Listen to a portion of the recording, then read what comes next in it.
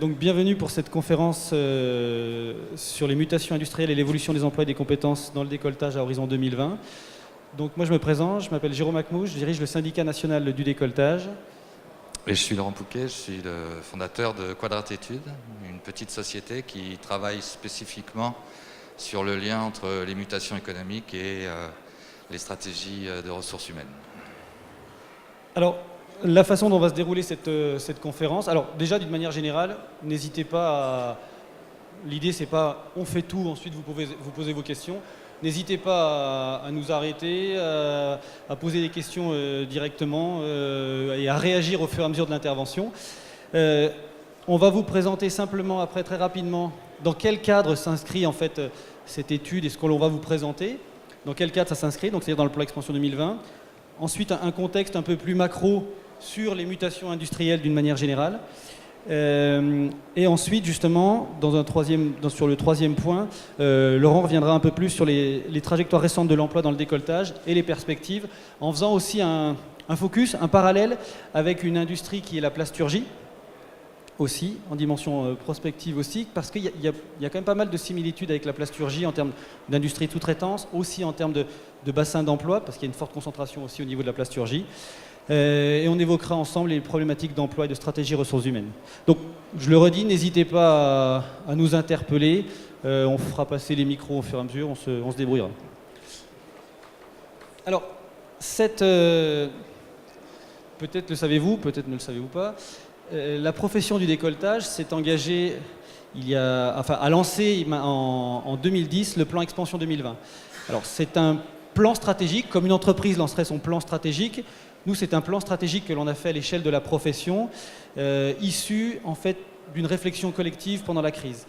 Le décolletage, comme l'industrie, a été fortement impacté par la crise de 2009, moins 30% de chiffre d'affaires en 2009. Pour traduire en chiffres, on est passé de 2,1 milliards de chiffre d'affaires en 2008 à 1,4 milliard en 2009.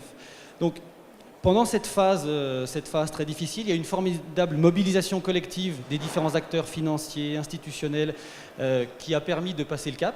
Donc des mesures, on va dire, conjoncturelles pour passer le cap. Mais parallèlement, sur cette phase-là, il y a une mobilisation des industriels pour, j'ai envie de dire, travailler un petit peu sur les faiblesses structurelles du décolletage.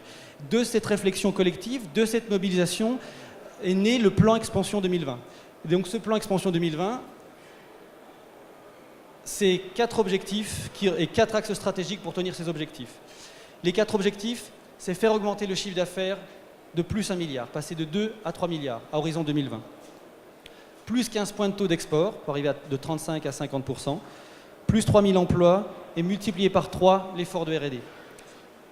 Pour tenir ces objectifs, on s'est basé sur 4 axes stratégiques. L'international, pour conquérir des parts de marché, l'innovation, l'intelligence et l'engagement des hommes et l'investissement. Il y a des avancées concrètes dans chacun des axes, ce n'est pas l'objet aujourd'hui. Mais par contre, cette conférence, cette réflexion, ce que l'on a mené, cette réflexion prospective à 2020 sur les emplois et les compétences, s'intègre clairement dans l'axe dédié aux ressources humaines.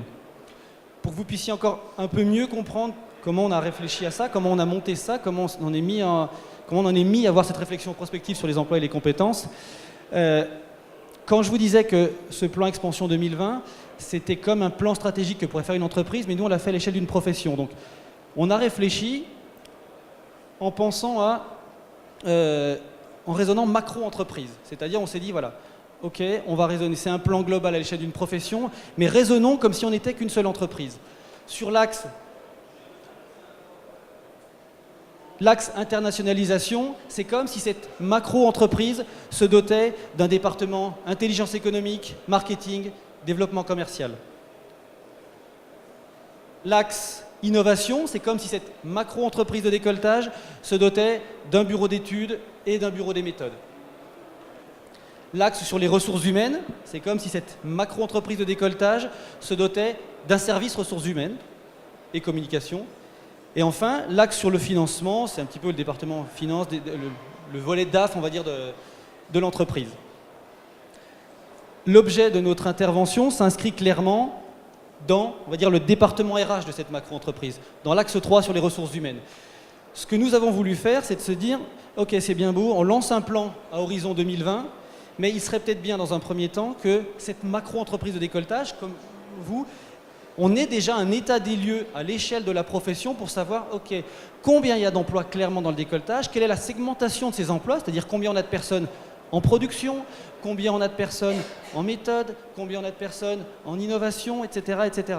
Donc ça, c'était en fait, si vous voulez, cet état des lieux de l'emploi dans le décolletage n'existait pas à ces jours.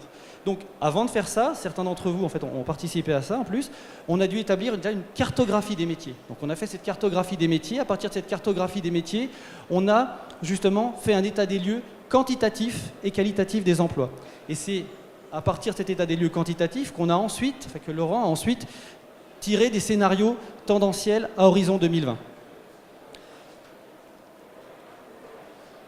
Pour bien situer, donc cette profession qui s'est engagée avec le plan expansion dans une dynamique d'organisation, de développement et de structuration collective au global, a justement voulu mettre cette structuration collective, ce développement dans le domaine des emplois et des compétences. Donc c'est comme si, à travers ce que l'on a voulu faire, j'essaye de faire le parallèle par rapport à une entreprise, c'est comme si on avait voulu disposer d'une vision commune, d'un langage commun en fait sur les emplois. Parce que dans le décolletage, mais je pense dans beaucoup d'autres industries, et dans chacune de vos entreprises, quand on passe d'une entreprise à une autre, vous avez bientôt autant d'intitulés métiers. Pour un même métier, vous n'avez même pas les mêmes intitulés d'une entreprise à l'autre. Donc c'est déjà pour avoir cette version, c'est pour ça qu'on a fait cette cartographie, histoire de déterminer ce langage commun. Parce que un technicien régleur chez l'entreprise X, pour les mêmes compétences, aura encore un intitulé différent dans l'entreprise Y. Donc, si vous voulez, cette dimension langage commun n'existe pas. Donc, à travers cette cartographie, c'est ce que l'on a voulu faire. Donc, à travers cette étude, et ce que l'on a commencé à mettre en œuvre, on a voulu disposer d'une vision commune, d'un langage commun. Et à travers ce que l'on a fait, c'est comme si cette macro-entreprise de décolletage voulait se doter d'un dispositif de gestion prévisionnelle des emplois et des compétences. Et aussi être en mesure de mieux communiquer sur les questions de l'emploi et des compétences, que ce soit en interne, d'accord, mais aussi pour dire, quand on veut exprimer nos besoins, ok, on a besoin des années à venir de temps, mais de temps de quoi? Et ça, il fallait qu'on ait cet outil qui existe, qui n'existait pas jusqu'à présent. Et enfin, être beaucoup plus efficace encore quand on souhaite s'articuler avec les partenaires de l'emploi, de la formation, etc. Donc, voilà, je tenais juste à vous faire cette introduction pour bien vous resituer dans quoi et en quoi et où cette réflexion est née et pourquoi on avait besoin de faire cette réflexion. Je vais laisser la parole à Laurent pour tout ce qui est mutation industrielle d'une manière générale.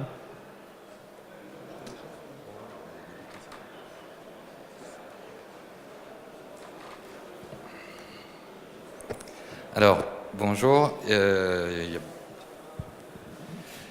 Il y a beaucoup de textes, mais on va essayer d'aller vite. Et puis vraiment, vous pouvez interrompre. L'intérêt, c'est que on ait vraiment un échange interactif, que la confrontation avec le terrain, elle intéresse autant la personne d'études qui travaille beaucoup dans son bureau et que en termes de retour du terrain. Le contexte dans lequel on a fait ces travaux sur les 2 dernières années, il était compliqué, puisqu'après la crise de 2009, vous savez, les crises, c'est souvent en fait les marqueurs d'une transformation plus profonde. Hein, la crise, le choc pétrolier de 73, c'est beaucoup la fin d'une certaine façon de produire et de consommer.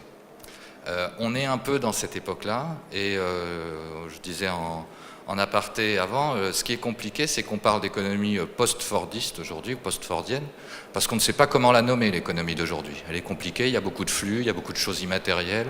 On remet au goût du jour des compétences transversales, on ne sait pas. Alors il y a beaucoup de choses molles, on ne sait pas trop ce que c'est, mais en fait la crise, souvent, c'est la transformation d'un monde. Et le choc de 2009, il a révélé la nécessité de produire, que ce soit dans l'industrie ou dans le tertiaire, enfin dans toutes les activités qui sont très entremêlées maintenant, d'une façon différente et de réfléchir d'une façon différente. Y compris, on va le voir, sur les stratégies de ressources humaines.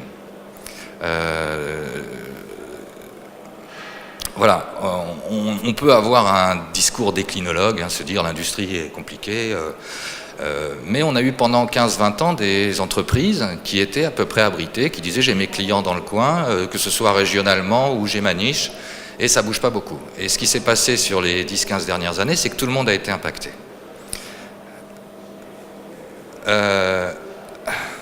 Donc en gros, comment on travaille quand on fait ce genre d'études? On travaille sous une forme de... On cherche les déterminants de la transformation. On a un credo, c'est le lien mutation économique vers l'emploi, sachant que ça boucle.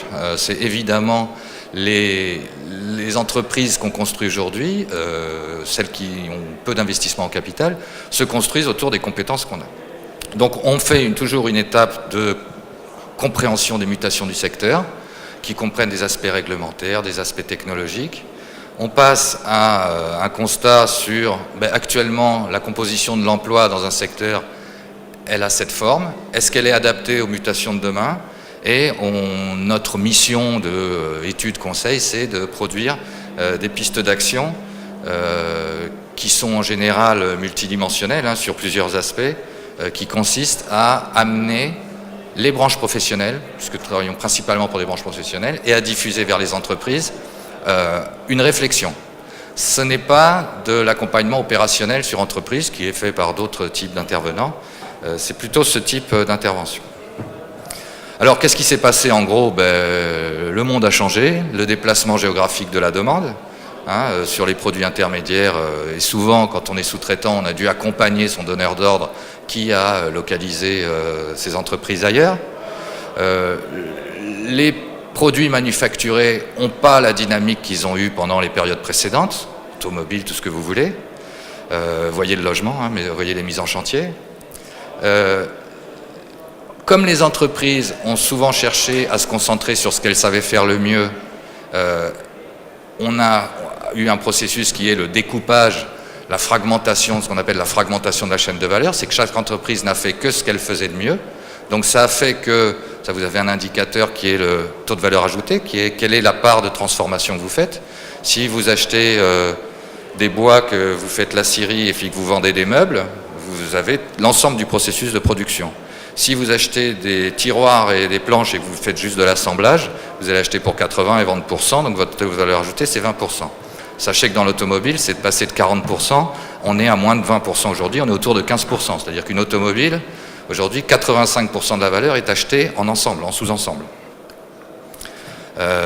Et puis, la dégradation de la compétitivité, donc sans rentrer dans le débat, le constat c'est, et j'ai dépassé la part des exports françaises dans le commerce mondial, c'est baissé, donc c'est les chiffres de Rexecode. Et puis, il y a un indicateur, il y a une enquête sur quelles sont les causes de tout ça. Quand on voit que nos concurrents, souvent, sont à 60% européens sur la plupart des marchés, on se dit qu'on a, ça l'interroge sur nos éléments de compétitivité hors coût, la qualité de nos produits, mais aussi les services. Vous avez une enquête intéressante qui est faite par Rexecode, là c'est la grosse flèche bleue, qui dit que sur les services accompagnant le produit, donc on interroge des acheteurs et des industriels dans le monde, et on leur demande comment vous situeriez les fournisseurs français, italiens, allemands sur qualité des produits. Donc vous avez une dizaine d'items, et sur l'item service accompagnant le produit, on est en recul. Donc ça, c'est pas un problème de coût ou de prix. Bon, très vite sur contexte. Ce que je voudrais, ce qui peut être un élément assez important pour la réflexion sur la structuration des entreprises, c'est des travaux qui ont été développés depuis une vingtaine d'années sur ce qu'on appelle un peu pompeusement la division cognitive du travail.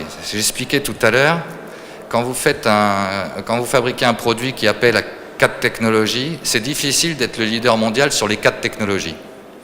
Alors, il faut s'organiser. Soit on est suffisamment multispécialisé pour être très fort sur les 4 technologies, ça peut être l'électronique, le plastique, etc. Soit on va s'organiser pour l'être. Alors, il y a 2 orientations, et le pape Michael Porter de la stratégie d'entreprise disait, si on ne choisit pas entre les deux, ça s'appelle l'enlisement dans la voie médiane. Et on est en train d'hésiter entre 2 pistes. Et ces 2 pistes, c'est celle-là. Soit vous dites, venez chez moi, achetez chez moi parce que je suis le meilleur et je suis le seul à maîtriser cette technologie, et vous avez pris une orientation technologique. Et dans ces cas-là, vous allez baser Votre compétitivité, c'est, vous savez, dans le commerce, on dit venez chez moi, je suis moins cher, venez chez moi, je suis différent. Il n'y a pas 40 autres raisons, où je suis plus près, enfin, au sens où je suis différent. Donc soit il y a une orientation technologique, vous êtes le meilleur sur une technologie et personne, et vous concentrez vos moyens sur cette technologie. Dans ces cas-là, c'est le petit rond en bas à gauche, vous allez faire la composante technique de la solution, puisque en fait, le client, dans beaucoup de filières, il cherche une solution. La solution, ça peut être un produit, mais c'est souvent un produit accompagné avec la logistique, la livraison, etc. Donc vous allez faire ce qui est en bleu, c'est-à-dire vous allez vous concentrer sur la partie technologique, et puis tout ce qui va être des activités tertiaires, accompagnantes, logistiques ou R&D. Hein, regardez dans la pharmacie, hein, de plus en plus les labos externalisent la R&D dans des CRO, considérant que c'est plus souple, plus flexible, plus performant d'avoir des labos de R&D, même s'ils ont des participations dedans, qui ne sont pas dans l'entreprise. Hein, et puis peut-être qu'une partie de la production peut être externalisée. Eux, ils appellent ça les CMO, les manufacturers. Donc, ils ont des fabricants qui vont fabriquer les molécules pour eux. Ça, c'est la première orientation. Deuxième orientation pour une entreprise, c'est se dire, en fait, moi, ce que je connais bien, c'est mes clients et leurs attentes.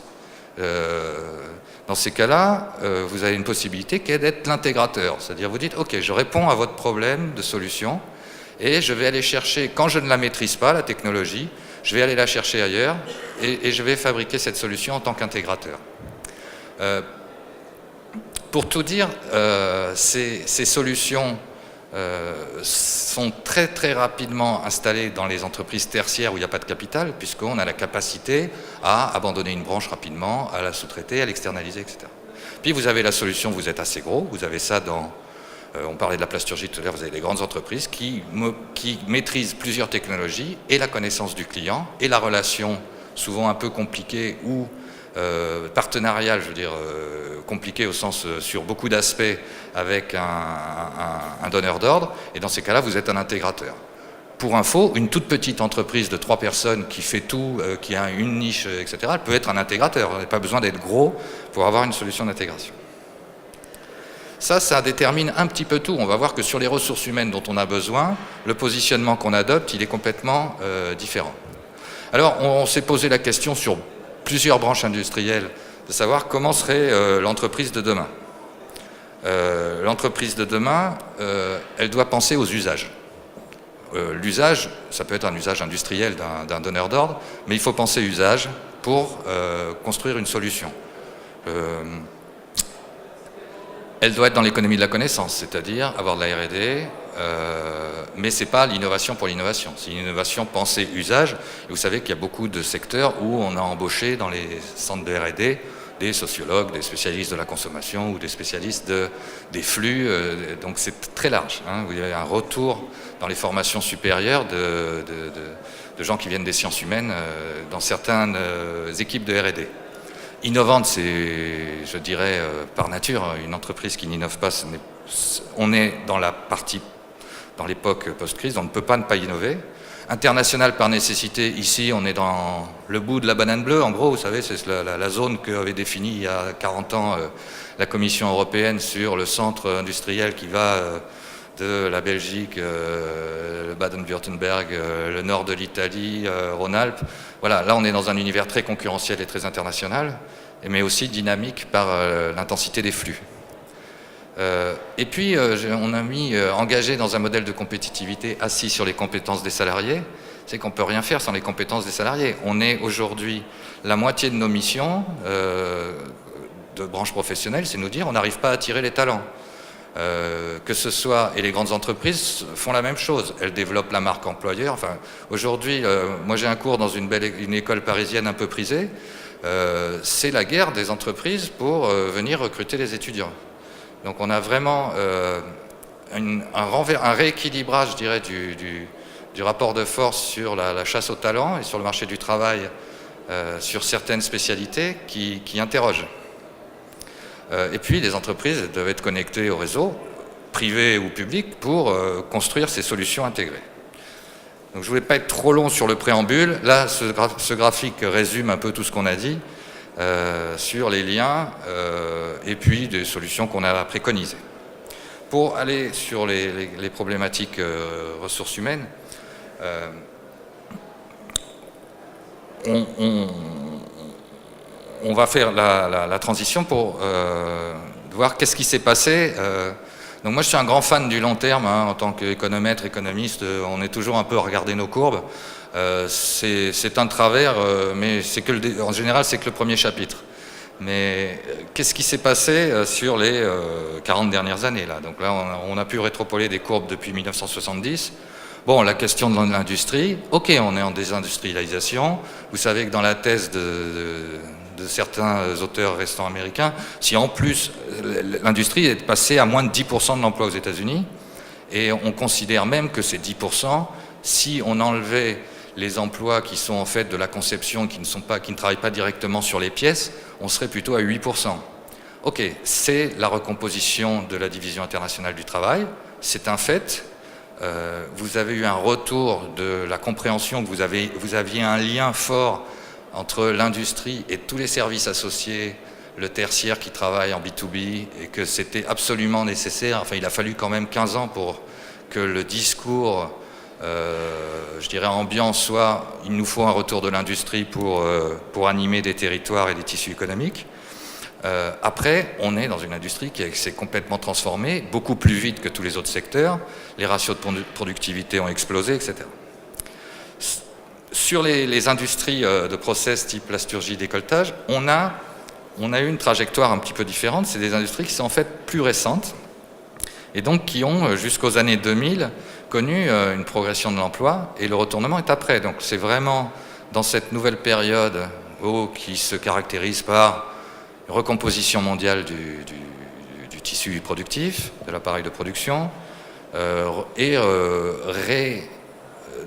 la façon de repenser le fonctionnement des entreprises sur les compétences, la compétitivité hors prix, qui fait que on est confronté aujourd'hui à une baisse de l'emploi. Et vous voyez, il y a la marche de 2009. En 2009, que ce soit la plasturgie ou le décolletage, on a subi un gros choc qui est, regardez tout simplement la part des automobiles des constructeurs français produits en France. En gros, en 10 ans, on est passé de 2 tiers à 1 tiers. Et de façon très différente pour Renault et PSA, hein, en l'occurrence. Mais ces réorganisations de grands groupes, hein, là on a la faiblesse aussi, on a une certaine faiblesse du tissu économique français qui est, on a des gros leaders, on a des très grandes entreprises, et puis des réseaux de sous-traitants, et finalement peu d'entreprises de taille intermédiaire, ça on le sait. Donc en fait, les grands coups de volant qui sont donnés par les grandes entreprises entraînent avec eux tout un tissu de PME avec une sensibilité un peu exacerbée. D'où la nécessité de s'interroger. Juste pour illustrer, si vous regardez par taille d'entreprise, bon les courbes, vous savez, ça fait du bruit, mais parce que l'appareil statistique est ce qu'il est. Hein. Mais vous voyez que les entreprises de taille inférieure à 100 ont plutôt plus souffert que les entreprises de taille intermédiaire. C'est la courbe verte subit moins la conjoncture.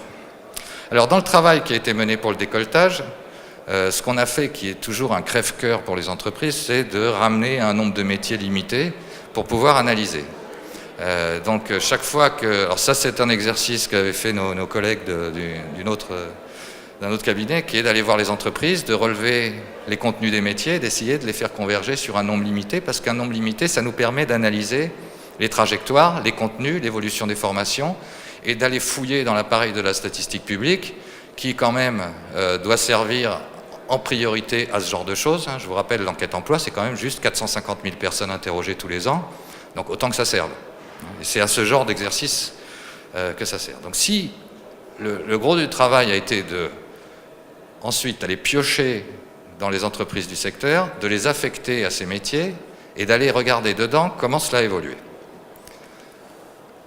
Alors si on regarde l'évolution, bon, on a sur l'effet total, et maintenant je fais le même mais en structure, hein, c'est-à-dire sur 100%.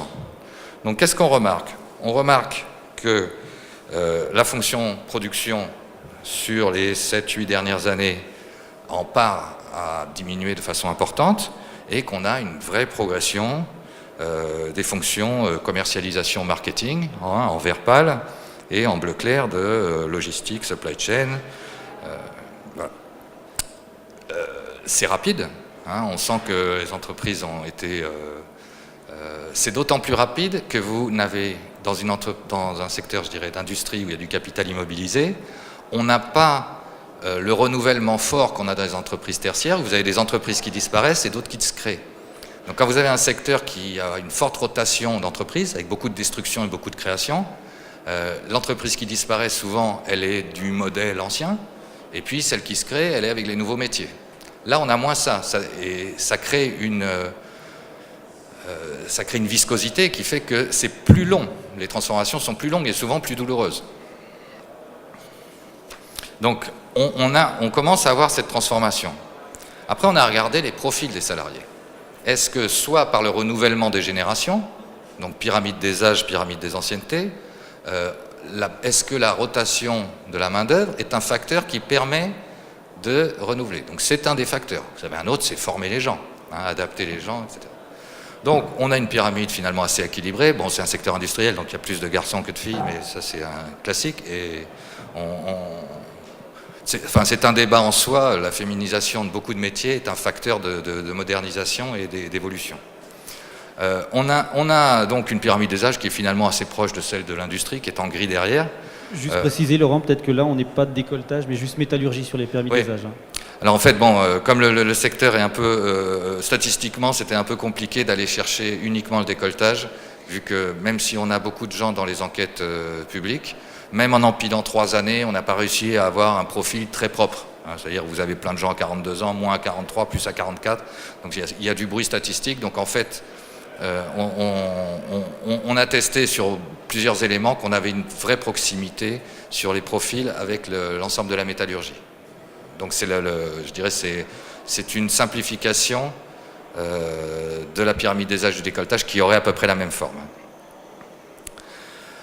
Donc voilà, on n'a pas... vous voyez que la pyramide des âges est un peu plus élevée vers les tranches d'âge avancées, hein, vers le haut, mais on n'est pas sur un renouvellement très fort comme on peut l'être sur certaines professions où, je pense, si vous travaillez sur les médecins, il y a des vraies problématiques de renouvellement.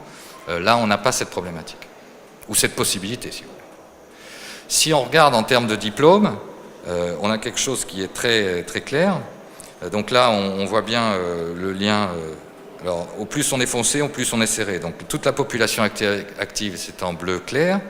En moyen, on a l'ensemble de l'industrie, puis l'ensemble de la métallurgie, puis le décolletage. Donc on voit bien que sur,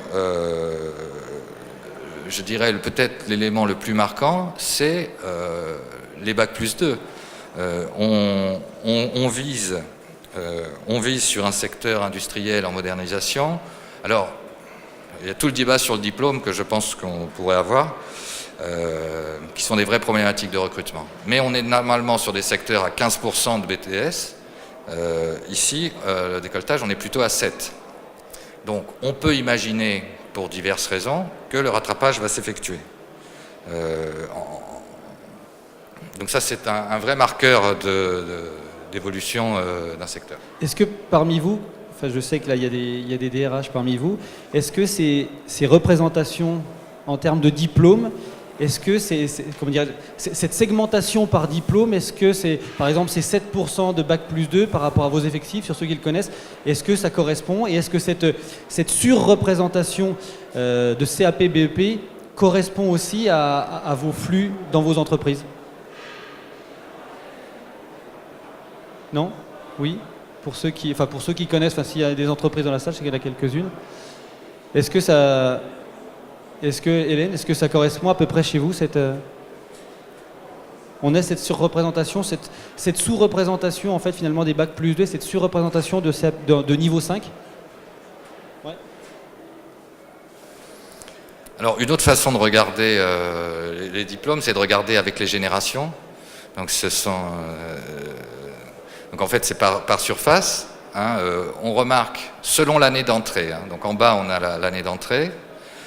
Selon l'année d'entrée, quelle est la composition de l'emploi par diplôme. Donc si on est rentré dans les années 80, en gros tous les gens qui travaillent actuellement dans le secteur qui sont rentrés dans les années 80, la grosse proportion c'est du CAP BEP. Et puis le virage, il a eu lieu, alors pas uniquement dans le secteur, hein, puisque vous avez tout un effet éducation nationale. Je vous rappelle les années 90, les 70% d'une classe d'âge au bac. Donc on a profondément transformé la composition des sortants du système de l'éducation nationale et de la formation initiale. Vous voyez la montée en puissance des bac plus 2. Donc je pense que là on est sur la plasturgie, mais c'est quelque chose qui est commun à l'ensemble des secteurs industriels. Vous avez un vrai décollage des bac plus 2 pendant cette période. D'où l'intérêt de s'intéresser au contenu des bac plus 2. Et du coup, dans les entreprises, vous avez 2 générations. Vous avez, là c'est en fonction de l'âge, donc à moins de 40 ans, on a une répartition équilibrée, c'est la partie montante, partie gauche du graphique, et puis sur la partie gauche, vous voyez qu'on a plus de 40 ans, on a toujours une surreprésentation de bac plus 2 ou de CAP-BEP.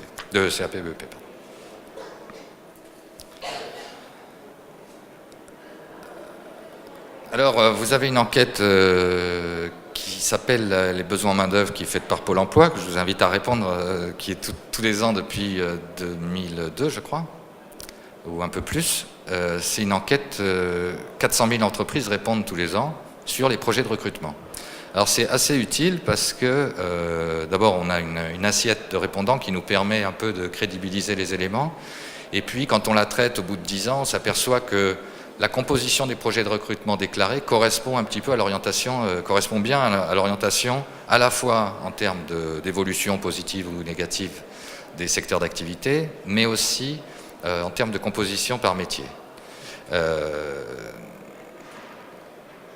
Donc là, quand on regarde les projets de recrutement qui ont été déclarés par les entreprises, alors on est sur une année 2012 je crois, essentiellement on est encore en problématique de recrutement sur des métiers de la production, sur lesquels on a des difficultés, on va le voir, et donc en effectif on est sur des petits volumes, ce qui veut dire qu'en termes de stratégie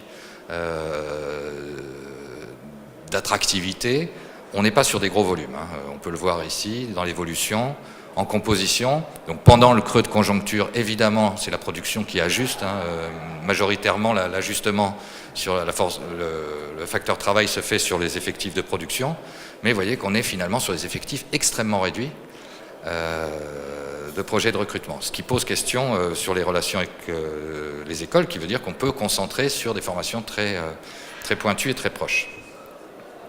Alors les difficultés de recrutement, ça c'est du déclaratif entreprise, hein, quand vous demandez aux employeurs quel est le niveau est-ce que ces recrutements sont difficiles à réaliser, vous êtes à près de 80% et c'est je crois un des secteurs le plus élevé qu'on ait croisé, hein, ça dépasse largement les infirmières et tous les métiers, hein, on est très au-dessus.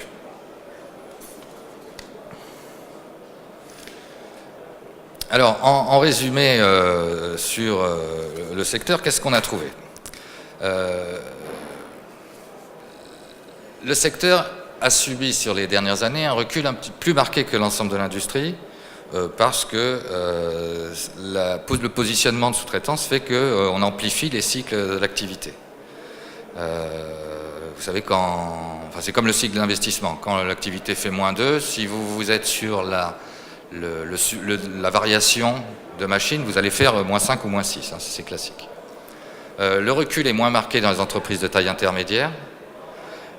Dans les projets de recrutement et la composition des emplois, on est toujours majoritairement sur des métiers de la production, hein, près de la moitié des effectifs. On parle hors intérimaire, puisque une des conséquences du choc de 2009, ça a été de redonner du poids à l'intérim, souvent dans ces industries-là.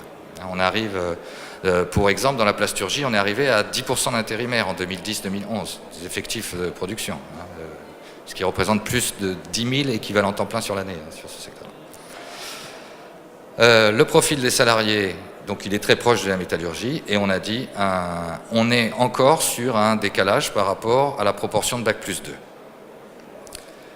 Si on regarde sur le déclaratif des projets de recrutement, on a toujours des projets de recrutement qui sont très concentrés sur les personnels de production.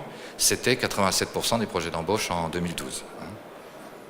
Et puis des grosses difficultés de recrutement, et comme je vous le disais, aujourd'hui, mon cabinet travaille pour une vingtaine de branches professionnelles, à peu près une dizaine nous posent des questions sur l'attractivité, attirer des talents, que ce soit dans l'industrie à des niveaux de formation 2 ou 3, ou que ce soit sur des fonctions d'encadrement.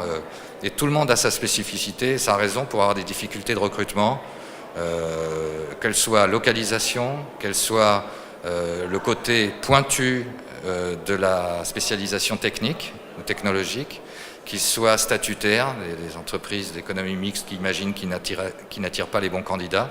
Donc c'est devenu une vraie problématique qui va irriguer les services de ressources humaines pendant quelques temps. Je fais un petit détour par la plasturgie, sauf s'il y a des questions. Et c'est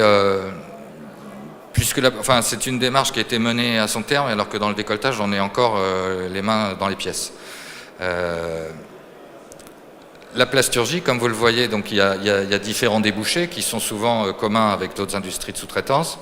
En haut, les pièces techniques en bleu ciel, c'est ceux qui travaillent principalement pour l'automobile.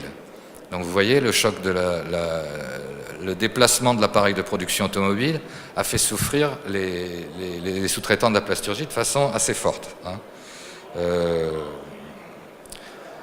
Bon, je ne vous détaille pas les éléments. Donc quand vous projetez ce que sont les plans de production des constructeurs automobiles, ce que pourront être les mises en chantier, parce qu'on voit bien comment les mises en chantier ont évolué récemment sur la partie pièces pour la construction et les différentes industries clientes, vous arrivez à un scénario, alors qui est tracé à la règle ensuite, presque, vous arrivez sur plutôt une réduction d'emploi qui est contenue, mais conséquente. On est sur un secteur de 135 000 emplois, on est sur une trajectoire de 5 000 emplois au moins. Évidemment, ce scénario, c'est un scénario tendanciel basé sur ce qu'on pense de la construction automobile dans 7-8 ans, des autres marchés. Donc, mais on a une sensibilité finalement extrêmement forte au marché, au débouché. De la même façon, les projets de recrutement, vous voyez, la courbe diminue. Ils restent aussi concentrés sur la production, donc ça, on a un point commun. Quand vous le regardez en évolution, vous constatez effectivement qu'on est sur des effectifs, on est sur 2400 projets. Alors moi, on est sur des projets qui représentent quelques centaines de personnes, France entière, pour des fonctions qualité, hygiène, sécurité, pour des métiers qui sont très pointus. Donc vraiment, il y a un lien, le lien emploi-formation est complexe pour ces fonctions.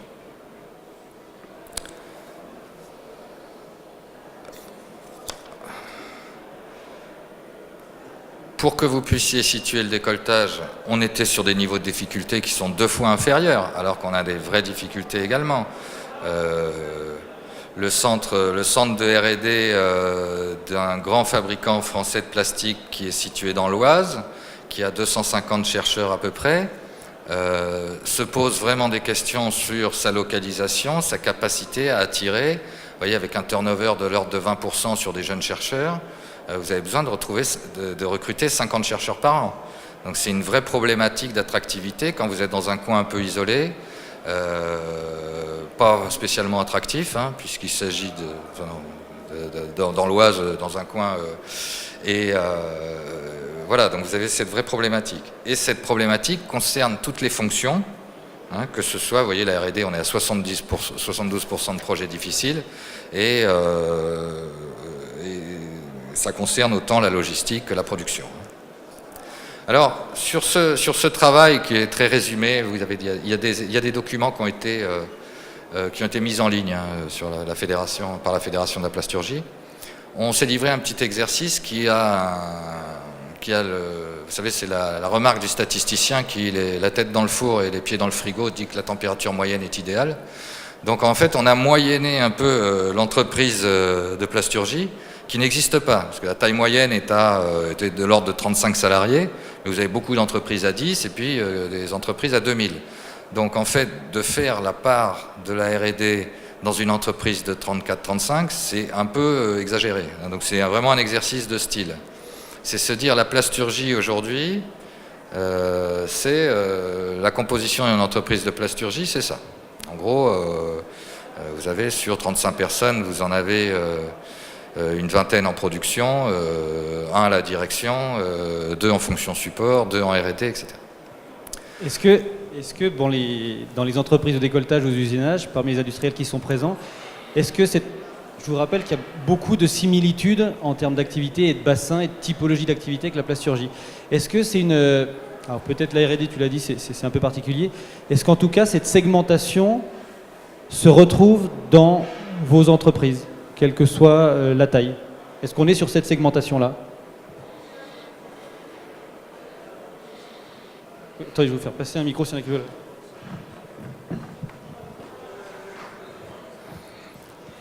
Il y en a qui veulent réagir. Je trouve que la proportion de production est combien, 20 sur 35. Ouais, ça fait à peu près 50%, ouais, c'est assez cohérent. Ouais. Ouais. Ouais, c'est 70% environ. On est plutôt dans les 50%. Oui, c'est ça, on avait... On l'a vu tout à l'heure déjà. On l'a vu tout à l'heure, hein, la dernière estimation c'était 52 puis 47%, donc on est déjà sur une industrie qui est plus dans des fonctions transverses de conception. Hein. Alors l'exercice de style, il est aussi un peu pour dédramatiser les courbes décroissantes. Si vous enlevez 5% des effectifs, qu'est-ce qui se passe? Donc le recul de l'emploi, il se fait principalement sur la production et la logistique. La logistique, il y a certainement une partie qui est due d'externalisation, donc l'emploi n'est pas détruit, il va passer chez un spécialiste de la logistique. Donc, la transformation, c'est perte d'emploi dans la partie production, et puis vous avez, si on projette l'emploi à l'horizon 2020, vous récupérez, les effectifs doivent progresser sur marketing commercial, ça fait en gros ça fait pas mal en plus, hein, enfin, on est sur des ajustements un peu grossiers, hein, c'est pas plus 50% sur la fonction, mais le gain d'emploi il se fait sur la R&D et la fonction marketing commercial.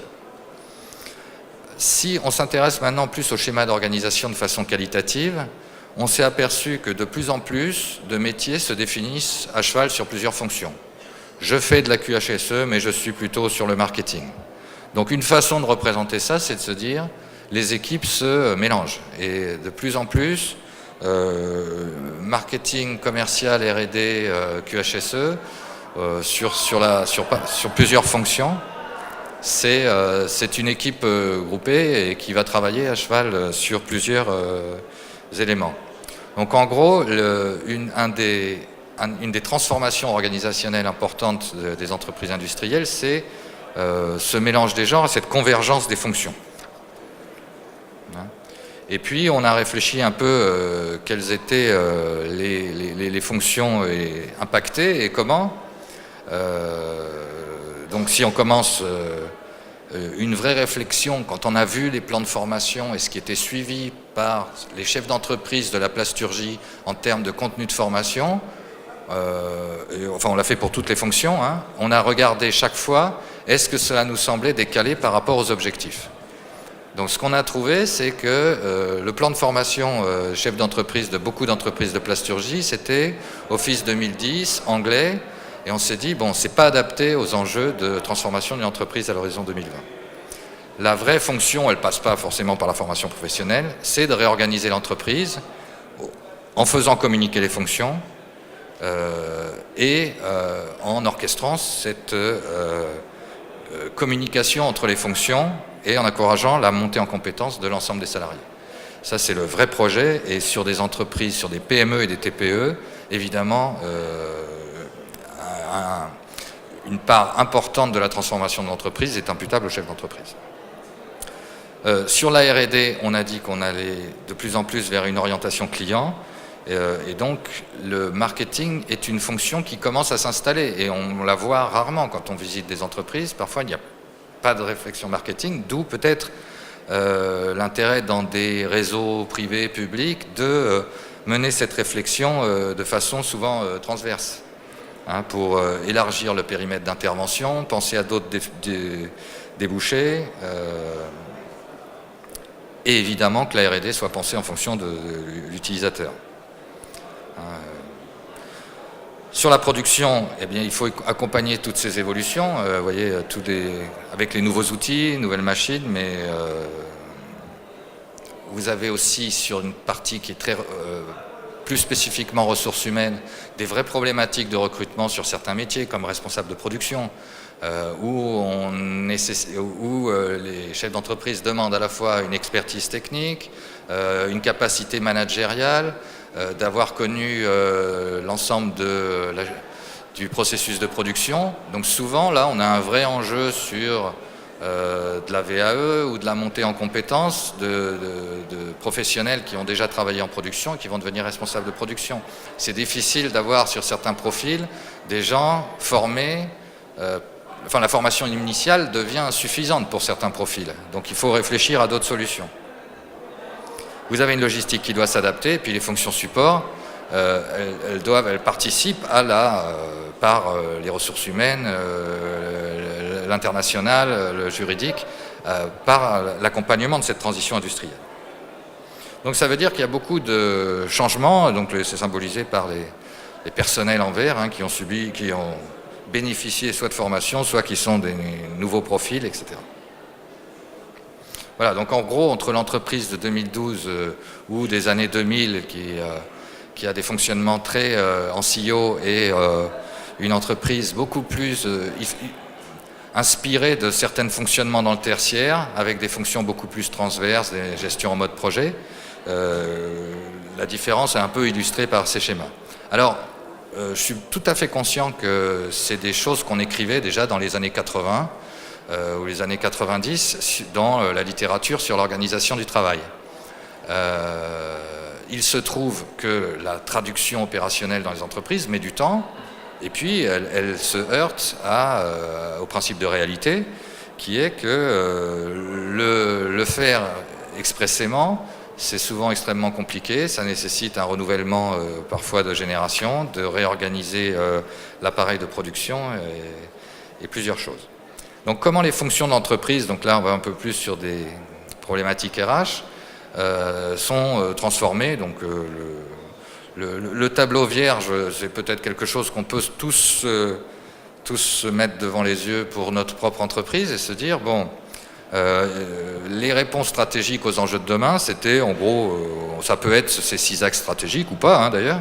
Et puis, est-ce que je suis plutôt orienté technologie, plutôt client, ou est-ce que je suis diversifié et intégré? Développer des stratégies commerciales, après ça va s'adapter de façon différente selon les types d'entreprises.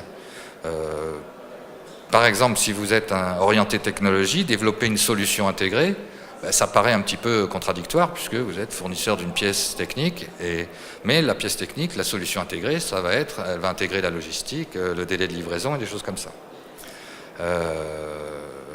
L'optimisation du portefeuille d'activité, je rappelle, c'est la condition essentielle de la firme. Quel est le périmètre de la firme? Qu'est-ce qu'on garde dans le périmètre de la firme? Qu'est-ce qu'on externalise? Donc ça, c'est une question qui doit se poser, qui se pose presque à chaque nouveau contrat, nouveau client, hein, sur plein de prestations. Alors, les différentes fonctions, évidemment, sont impactées plus ou moins fortement suivant les stratégies, mais prenons l'export. L'export, ça touche toutes les fonctions évidemment transverses, notamment pour des questions de réglementation, de flux commerciaux. Donc toutes les fonctions de l'entreprise sont impactées par ces transformations. Et ces impacts, ça veut dire soit de la formation continue, soit de réfléchir à la composition de l'équipe, à sa manière de fonctionner, au flux de recrutement, etc. Alors, on va revenir au décolletage. On nous a demandé de faire un exercice express de quel est l'enjeu. Alors, quel est l'enjeu pour le secteur? Alors, évidemment, quand vous prenez les courbes et que vous tirez les échelles, ça fait des grosses variations, mais c'est le but de l'exercice, hein, d'étirer les variations. Bon, il y a quelques débats sur l'effectif des secteurs, contour de la branche du secteur, la prise en compte par les cotisations de sécurité sociale, enfin bon, par différentes sources. Bon, en gros, les trajectoires sont les mêmes, hein. Donc on est au point 2012, qui est à peu près le dernier chiffre qu'on a. Je crois que 2013 va pas tarder, mais on n'a pas tout.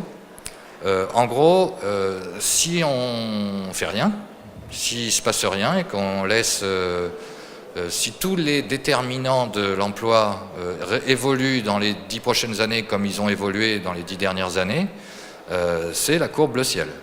Donc on repère de l'emploi et on finit en 2020, on est un secteur à 8000 salariés. Si on trouve les leviers de compétitivité qui font qu'on peut regagner des parts de marché, des débouchés, on peut raisonnablement, enfin on a fait c'est un scénario hypothétique, hein, là il n'y a pas de modèle derrière, hein, il n'y a pas de gros modèle derrière. Hein. C'est de dire si on fait une petite croissance à 1,5 par an, c'est quand même pas grand chose après une période de crise, hein, donc vous avez les reprises techniques après les chocs, on est à 13 300, l'enjeu il est considérable, hein, on est entre 8 et 13 000 emplois, donc l'enjeu est là. Hein. Et 1,5 par an, c'est croissance de l'activité d'écoltage? 1,5%, c'est croissance d'activité d'écoltage? Alors non, c'est un scénario hypothétique de dire 1,5 c'est très raisonnable, hein, 1,5 c'est pratiquement, enfin ça pourrait être la croissance du PIB très raisonnablement sur 8 ans. On l'a pas encore, hein, mais on peut. On a abandonné les scénarios, beaucoup de travaux pour le plan à long terme. Hein, pendant ma première partie de carrière, on faisait des scénarios à long terme à 2,5, puisque c'était les 10 ou 20 dernières années de la fin des 30 Glorieuses.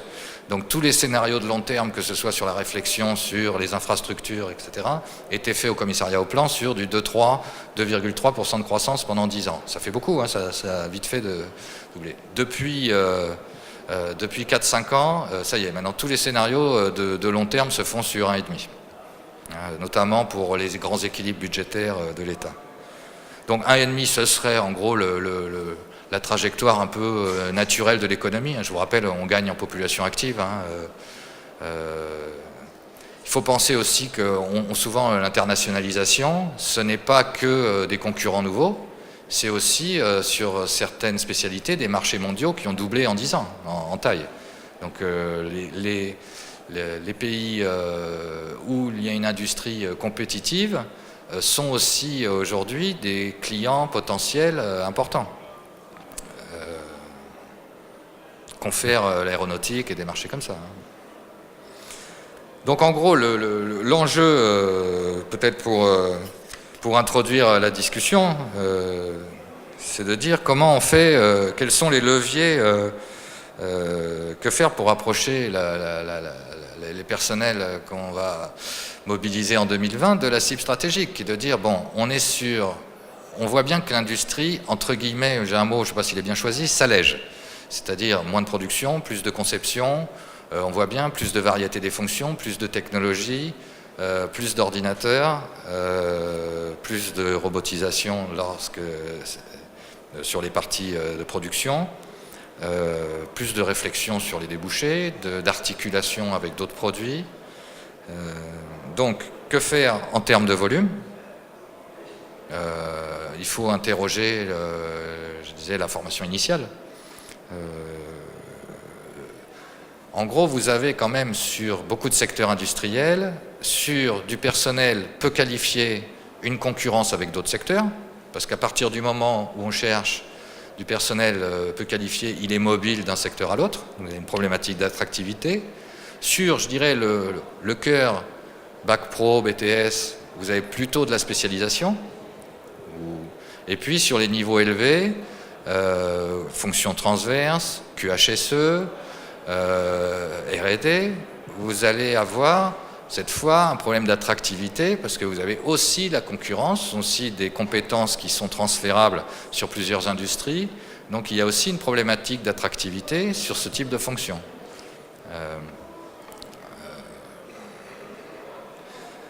Donc vous avez une espèce de courbe en U inversée.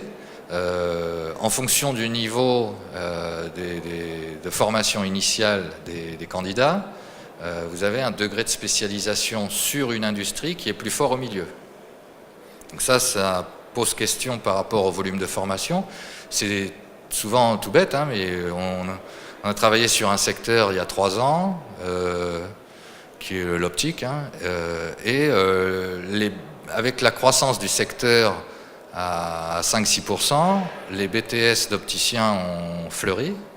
On s'est retrouvé à des flux de 2000 sortants par an. Et puis le scénario qu'on avait fait, c'était 1000 capacités d'absorption du secteur de 1000 par an. Et on a complètement transformé en 4-5 ans le rapport de force sur le marché du travail qui a fait qui a pesé sur les niveaux de rémunération, qui a pesé sur les types de fonctions et qui fait qu'on est en bouleversement. Donc l'ajustement et la réflexion sur les flux de formation initiale par rapport aux capacités d'attraction d'un secteur, c'est important, notamment pour la valorisation. Vous voyez comment les médecins gèrent les numerus clausus, c'est vraiment, ou d'autres professions. Il y a une vraie réflexion à mener sur la formation initiale ciblée. Sur les autres profils, j'ai dit que ce soit aux deux bouts, aux deux extrémités, je dirais, d'un curseur de niveau de formation initiale au sens de l'éducation nationale, vous avez une réflexion sur l'attractivité. Vous avez des secteurs, je pense à la plasturgie par exemple, qui ont du mal à attirer sur des niveaux Bac plus 4-5, hein, où vous êtes sur des proportions très faibles et on a vraiment du mal, y compris aux mines de Douai, il y a une filière plasturgie, ils ont vraiment du mal à garder les gens dans le secteur. Donc la réflexion doit être menée aussi en termes de profil, et puis ça veut dire soit par ce lien avec la formation initiale, soit d'installer, et c'est pour ça que dans le programme Expansion 2020 vous avez une vraie réflexion sur aussi la formation continue, comment on adapte certains personnels et comment on les aide éventuellement. Il y a des schémas vraiment gagnant-gagnant, hein, qui sont, on a besoin de gens expérimentés qui connaissent la prod pour être responsable de prod. Le parcours de formation, il est nécessaire. Pour ce qui concerne la gestion du capital humain dans les entreprises, on a une réflexion à mener sur l'adéquation emploi-formation, hein, emploi-compétences. Et il est nécessaire d'avoir ce type d'outils, on essaye d'avoir de types d'outils pour préparer les collaborateurs de demain, d'anticiper sur les compétences futures avec la veille technologique. Hein. Et puis, souvent, alors c'est quelque chose souvent qui paraît, je dirais, pour beaucoup de techniciens comme moi, qui pendant des années, tout ce qui était professionnalisation de gestion du capital humain, je trouvais que c'était une façon de formaliser des problématiques existantes. Et en fait, on s'aperçoit que si on ne formalise pas certains process, on ne le fait pas. Voilà, l'élargissement du sourcing des candidats, ça nécessite de mettre en place des process en entreprise. Et c'est pour ça que le dernier transparent s'est dit, en fait, quelles peuvent être les actions de ressources humaines. Donc elles portent sur plusieurs angles. Le premier, c'est recruter et intégrer. Réaliser un plan de recrutement, ça veut dire où on va chercher, comment on recrute les candidats. Mettre en place une procédure d'accueil, c'est souvent considéré de façon informelle. On est dans nos générations, c'est des choses qui étaient informelles. C'était un collègue qui disait « bon, je vais m'occuper du jeune », etc. Évidemment, l'alternance, mais ça s'installe et on commence à y croire aujourd'hui, toutes les formations en alternance, hein, maintenant ouvertes au Bac plus 5, etc. Une réflexion sur la formation. Quand on regarde, donc j'ai souvent l'occasion d'avoir les données des OPCA et pour des branches entières, d'avoir les 100 000 lignes, des 100 000 formations qui ont été financées dans l'année dans un secteur professionnel. Pour vous dire honnêtement, parfois on est un peu surpris quand même, hein, on a l'impression qu'on n'est pas dans l'enjeu de la branche. Que les formations, alors qu'il y ait du développement personnel, c'est très bien, mais il y a une vraie nécessité d'accroître la cohérence de l'utilisation de l'argent de la formation professionnelle. La définition de parcours de formation, on l'a dit, aujourd'hui on sait très bien, il y a une vraie transformation dans l'entrée sur le marché du travail des jeunes. Un autre exemple, vous avez des grandes entreprises aujourd'hui qui recrutent, leur âge moyen de recrutement c'est 30 ans et demi, c'est plus de 30 ans. Avant, les gens vont travailler soit dans des filiales, soit sur des statuts particuliers, soit ailleurs, soit dans des petites entreprises concurrentes. Et l'intégration dans certains grands groupes, en moyenne, c'est passé 30 ans. Donc, moi je dis à mes étudiants, votre intégration, elle sera plus longue que celle des cohortes précédentes. En même temps, ils le savent déjà, et ils ont des fins de parcours qui sont plus je finis l'école et puis je cherche du boulot tout de suite. Vous avez plein il y a des étapes qui sont très différentes selon les individus, mais c'est très long. Eh bien, à l'intérieur des entreprises, il faut comprendre qu'on a aussi besoin. Vous savez, il y a 20 ans, on écrivait, tout le monde, vous avez dû lire ça ou l'écrire, on ne fera pas le même métier pendant 40 ans comme avant, etc. Et puis, on l'écrivait. Et ben aujourd'hui, c'est là, quoi. Il est clair que ceux qui ont 25 ans aujourd'hui, vous avez commencé à travailler, c'est sûr qu'à 40 ou 45 ans, vous ferez autre chose. Ça, c'est absolument sûr. Et que peut-être que le métier, le libellé du métier que vous ferez dans 20 ans, il n'existe pas aujourd'hui. C'est un peu compliqué. Les problématiques d'orientation vont être en temps continu, avec adaptation au long de la carrière. Donc la définition de parcours de formation, c'est nécessaire. Comment on monte? Bon, il y a des spécialistes ressources humaines plus que moi, donc vous avez tous les dispositifs DIF, congé individuel de formation, l'accompagnement à la VAE et tout ça sur lesquels on peut s'appuyer. Et puis l'organisation des transferts de savoir-faire à l'intérieur des entreprises. Une autre action des services ressources humaines, c'est l'évaluation. Vous avez beaucoup de missions, il faut dire, de missions d'évaluation, notamment sur le management, qui est devenu quelque chose qui était censé être naturel, personnel, etc., qui s'est formalisé, et on s'aperçoit aujourd'hui que c'est très compliqué de faire monter les salariés à des postes de manager sans être passé par une formalisation et un apprentissage de cette fonction. Une façon, quelque chose qui pour un chef d'entreprise est toujours, je parle pour moi, quelque chose qui se dit c'est long, ça prend du temps, c'est un peu enfoncer des portes ouvertes, mais les entretiens de développement, les entretiens de mission, quel formidable outil pour orienter, qui laisse des traces, qui permet de faire avancer la structure globalement. Les actions sur les conditions de travail, ça peut être une fonction entreprise, l'aménagement, l'organisation du temps de travail, il y a plein de choses qui sont souvent très simples, mais qui sont une vraie amélioration. L'entreprise moderne, on va avoir du mal à fixer sur certaines fonctions transverses, on va avoir du mal à fonctionner sans portable en télétravail, mobilité, accès aux données en cloud, et puis leur imposer 8 heures, 18 heures de bureau en fixe. Enfin, c'est différent, la nouvelle génération, elle fonctionnera autrement. Et puis on a intérêt à ce qu'ils aient la mobilité, qu'ils soient curieux, qu'ils aillent voir autre chose, et qu'ils ramènent des idées et de la créativité. Enfin, voilà, dans les fonctions ressources humaines, vous pouvez avoir la gestion des inaptitudes, qui peut être une fonction. Et puis, l'encouragement à la mobilité et la gestion de carrière.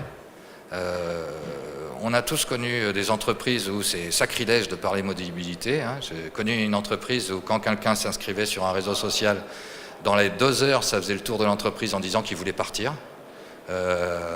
Vraiment. Je caricature pas du tout. Et puis, j'ai travaillé dans une entreprise qui accompagnait la mobilité, donc là c'était complètement dédramatisé, où les gens parlaient ouvertement qu'ils étaient chassés ailleurs, etc. Donc, j'ai vu plusieurs cas extrêmes, mais avoir une réflexion sur la gestion de sa carrière, interne ou externe, c'est quelque chose qui est un encouragement à reconnaître les compétences, la performance individuelle de quelqu'un, et voilà, donc présenter les passerelles, c'est-à-dire la façon dont on peut passer d'un métier à un autre, c'est une possibilité de fidéliser certains collaborateurs parfois. Donc pourquoi pas créer un espace, dans les entreprises ou de façon transverse, des espaces mobilité interne. Qu'est-il possible de faire ensuite, après ce métier? Je vous rappelle, on a des difficultés de recrutement sur des métiers de gens expérimentés qui ont une compétence, qui connaissent le secteur. Gardons-les.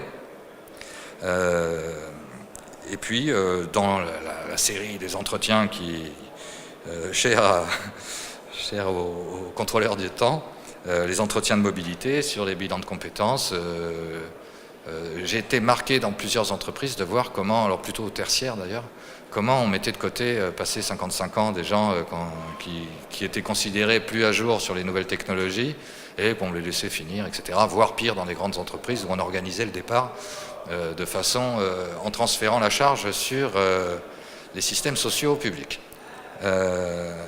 Voilà, donc c'était un peu quelques pistes de réflexion sur les actions de ressources humaines. Je n'ai pas contrôlé l'heure, on a pas mal de temps du coup pour les questions, ou la discussion, ou les remarques. 1 heure d'intervention, c'était bon. Si vous avez des questions, est-ce qu'il y a des questions, des remarques, des interrogations? Oui, il y a un micro derrière. Attendez.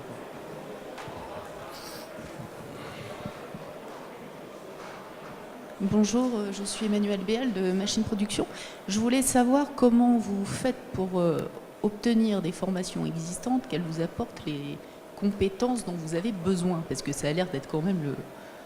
Est-ce que vous pouvez répéter? J'ai pas entendu. Des formations? Comment faites-vous? Vous expliquez à un moment que vous vous rapprochez des différents acteurs de l'emploi et des formations et tout ça. Comment est-ce que vous faites pour que les formations existantes vous apportent les compétences dont vous avez besoin? Parce que ça a l'air d'être le sacré nerf de la guerre, là, quand même, tout de suite. J'ai compris. Comment les formations existantes correspondent aux besoins? Comment vous allez faire pour que les formations existantes qui vous apportent les compétences, les gens qui correspondent aux besoins de votre secteur? Alors, il y a beaucoup de cas.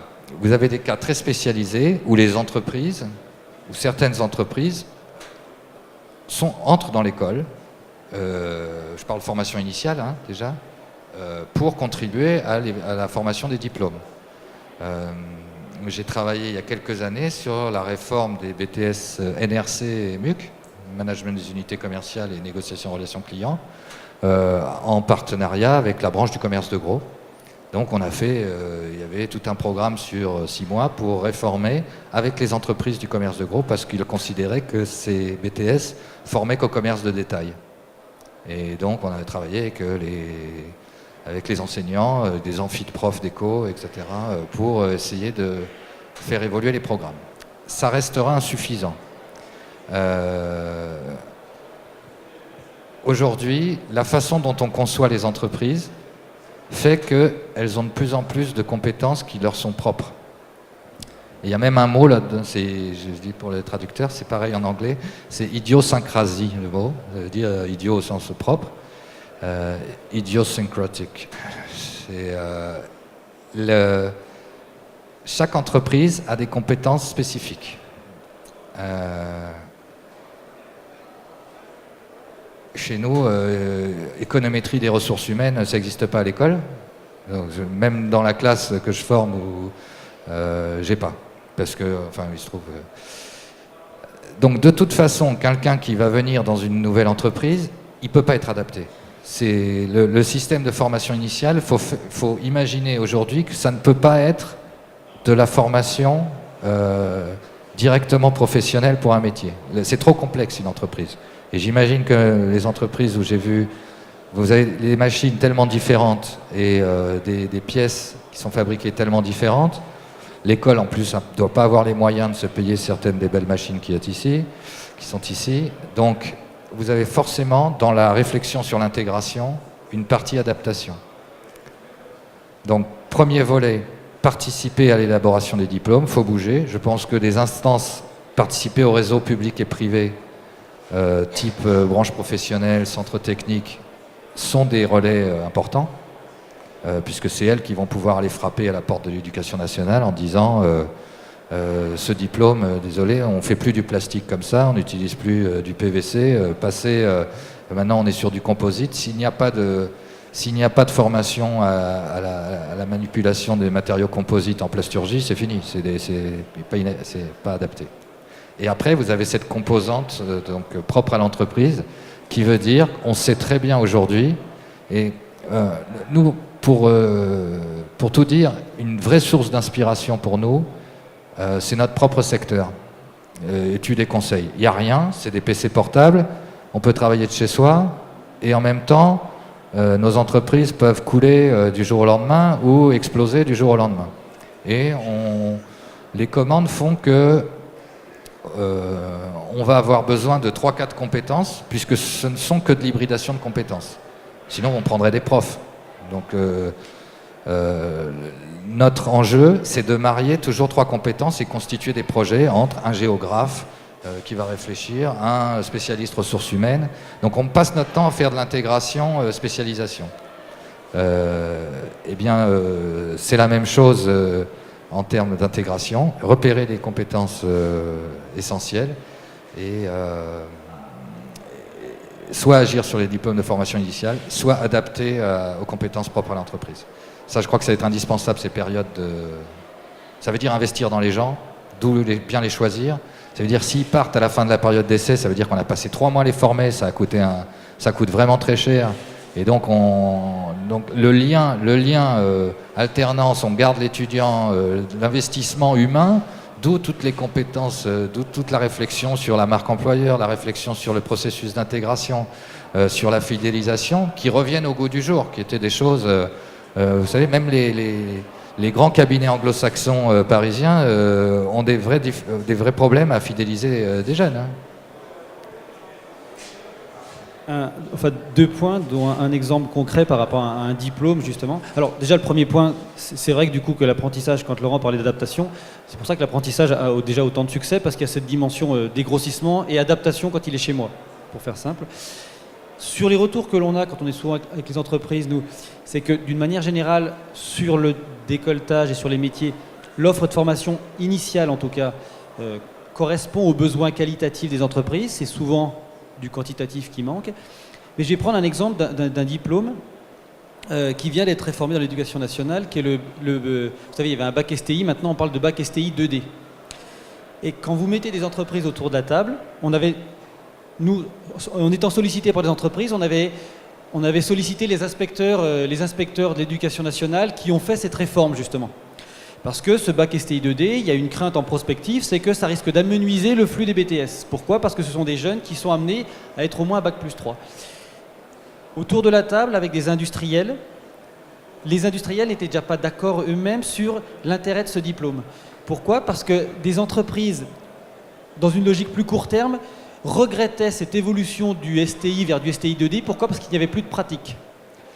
D'autres entreprises, de taille un peu plus grande, mais pas si grande que ça, étaient assez satisfaites de cette évolution du STI 2D. Pourquoi ? Parce qu'il introduit de plus en plus, ce diplôme, cette notion de transversalité et de gestion de projet. Donc, selon justement l'organisation de l'entreprise, selon la taille, selon ses besoins, selon comment elle réagit en fait en court, moyen terme, c'est vrai que les entreprises de taille plus grande, ces entreprises de plus de 100, étaient satisfaites de cette orientation de ce STI 2D vers moins de pratique, mais plus de compétences vers la transversalité et de la gestion de projet, parce que leur organisation allait dans ce sens-là. Alors que celles qui étaient beaucoup plus centrées production, centrées besoins court terme, regrettaient clairement, parce que, et ce qui pouvait se comprendre, en termes de flux, ils se disaient « Non mais attends, moi ce que j'ai besoin là, c'est quelqu'un qui va produire ». Ou alors que soit donc j'ai besoin de l'embaucher tout de suite après dès qu'il va avoir son bac, soit dès qu'il va avoir ce BTS. Donc, et quand ils font les diplômes, c'est vrai que bien souvent, c'est un reproche qu'on entend souvent, ouais, mais dans les CPC, enfin dans les commissions paritaires consultatives, ce ne sont que des grosses entreprises, on ne tient pas compte de nos recrutements court terme. C'est bien souvent les retours qui sont faits. Donc c'est pour ça, c'est difficile adaptation.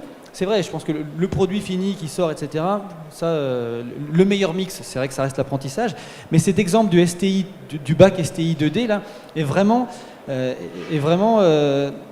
révélateur de selon comment l'entreprise pense son organisation et se projette, en fait.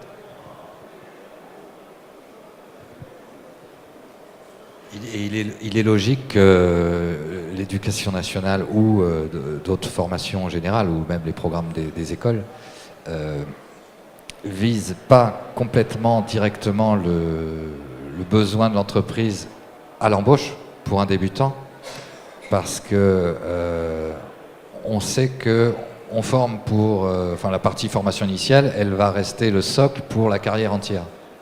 Or, on a des vrais problèmes d'insertion, et c'est prioritaire aujourd'hui dans la politique de l'emploi, des problèmes d'insertion des jeunes, mais on a une vraie problématique qui est de évolution des personnels.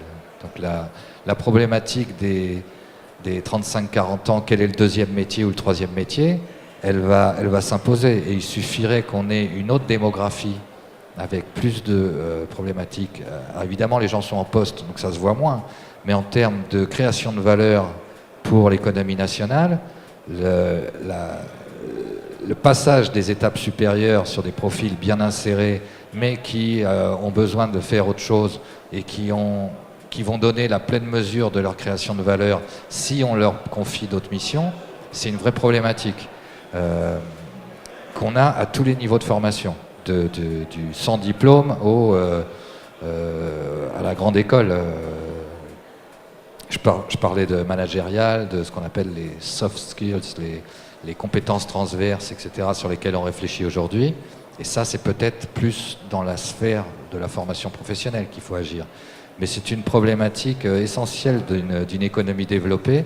C'est aussi donner la pleine dimension à toutes les étapes des carrières professionnelles, parce que le but macroéconomique, c'est que le facteur travail soit productif, au sens large, créatif et productif à tous les âges. Est-ce qu'il y a d'autres questions ? Ce que j'en retire quand je vois la slide qui était présentée, pas la dernière, l'avant-dernière, sur les enjeux, d'une manière générale, je m'aperçois qu'il y a beaucoup de pistes que l'on mène déjà donc, via un programme dans le pôle de compétitivité qui est le pôle Talent 2020, donc dans le programme Talent 2020, et je m'aperçois que l'ensemble des axes qui étaient mis en avant, en fait, on est vraiment sur ce travail d'adéquation, emploi compétence, sur les groupements, la mutualisation, tout ce qui a été mis en œuvre. Parce que c'est des pistes sur lesquelles on est déjà bien dessus, donc je pense qu'on a bien anticipé ça. Il y a un axe, je pense, sur lequel on ne travaille pas encore. Quand on parle d'innovation, il y a un centre technique qui développe des innovations, et il est vrai que des innovations, et on s'aperçoit en fait que ce centre technique a du mal parfois à intégrer ces innovations dans les entreprises. Alors plusieurs raisons, soit pour des raisons de culture de l'entreprise, soit pour des raisons aussi d'avoir que l'entreprise ait les compétences en interne pour intégrer ces innovations. Donc là, il y a un gap. Et je pense que nous, où il y a un chantier certainement à travailler, c'est quel va être l'impact de ces innovations. Par exemple, je sais qu'il y a des innovations je pense à des évolutions comme copilote, etc., qui vont clairement faire évoluer le métier de technicien régleur si cette innovation devenait un standard. Et je pense que s'il y a un chantier sur lequel on devrait aborder, justement, c'est quel est l'impact sur les compétences des techniciens régleurs, qui sont des métiers stratégiques dans l'entreprise, de ces innovations, si ces innovations devenaient des standards. Y a-t-il d'autres questions ? Non ? Bon, écoutez, on vous remercie. Merci.